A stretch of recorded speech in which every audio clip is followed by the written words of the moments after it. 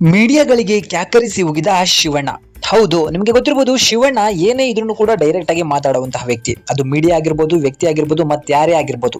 ನ್ಯಾಯ ಯಾವ ಕಡೆ ಇರುತ್ತೋ ಆ ಕಡೆ ಶಿವಣ್ಣ ಮಾತಾಡ್ತಾರೆ. ಇವತ್ತು ಒಂದು ಪ್ರೆಸ್ ಮೀಟ್ ಅಲ್ಲಿ ಶಿವಣ್ಣ ಅವರು, ಅವರ ಪಕ್ಕದಲ್ಲಿ ಡಾಲಿ ಅವರು ಕೂತಿದ್ರು, ಹೀಗೆ ಹಲವಾರು ಪ್ರೊಡ್ಯೂಸರ್ಗಳು ಕೂಡ ಕೂತಿದ್ರು.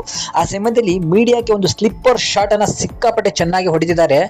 ಈ ಕಡೆ ಶಿವಣ್ಣ ಅವರು ಮೀಡಿಯಾದವರಿಗೆ ಬೈತಾ ಇದ್ರು, ಮೀಡಿಯಾದವರು ಕಿಕಿ ಅಂತ ನಗ್ತಾ ಇದ್ದಾರೆ. ಅದಕ್ಕೂ ಕೂಡ ನಗ್ಬೇಡಿ, ನಾನು ಸೀರಿಯಸ್ ಆಗಿ ಹೇಳ್ತಾ ಇರೋದು ಅಂತ ಹೇಳಿ ಶಿವಣ್ಣ ಒಂದು ಮಾತನ್ನ ಹೇಳ್ತಾರೆ. ಆ ಮಾತೇನಂತ ಹೇಳಿ ನೀವು ಕೇಳಿಸ್ಕೊಂಡು ಬನ್ನಿ. ತುಂಬಾ ಈಸಿಯಾಗಿ ಇವಾಗ ಏನಾಗ್ಬಿಟ್ಟು ಸೋಷಿಯಲ್ ಮೀಡಿಯಾ ವೆರಿ ಈಸಿಯಾಗಿ ಏನೋ ಒಂದು ಇದಾಗ್ತಾರೆ, ಪ್ರೊಡ್ಯೂಸರ್ಗೆ ಒಂದು ಟವಲ್ ಹಾಕ್ಬಿಡ್ತಾರೆ, ಗೋವಿಂದ ಅಂತ ಹೇಳ್ಬಿಡ್ತಾರೆ.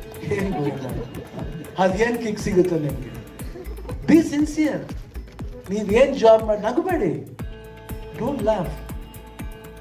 ನಮ್ಮನ್ನ ಉಗಿರಿ ಬೇಕಾದ್ರೆ ತಪ್ಪು ಮಾಡಿದ್ರೆ of course will take the critics also, nothing to worry about it. But ಒಂದ್ಸತಿ ನೀವು ಮಾಡ್ಬೇಕಾದ್ರೆ ಏನು ಬರೀತೀರಿ ಅನ್ನೋದು ತಿಳ್ಕೊಂಡು ಬರೀರಿ. ಸುಮ್ಮನೆ ಬರೆಯೋದು, ಟವಲ್ ಹಾಕ್ಬಿಡೋದು.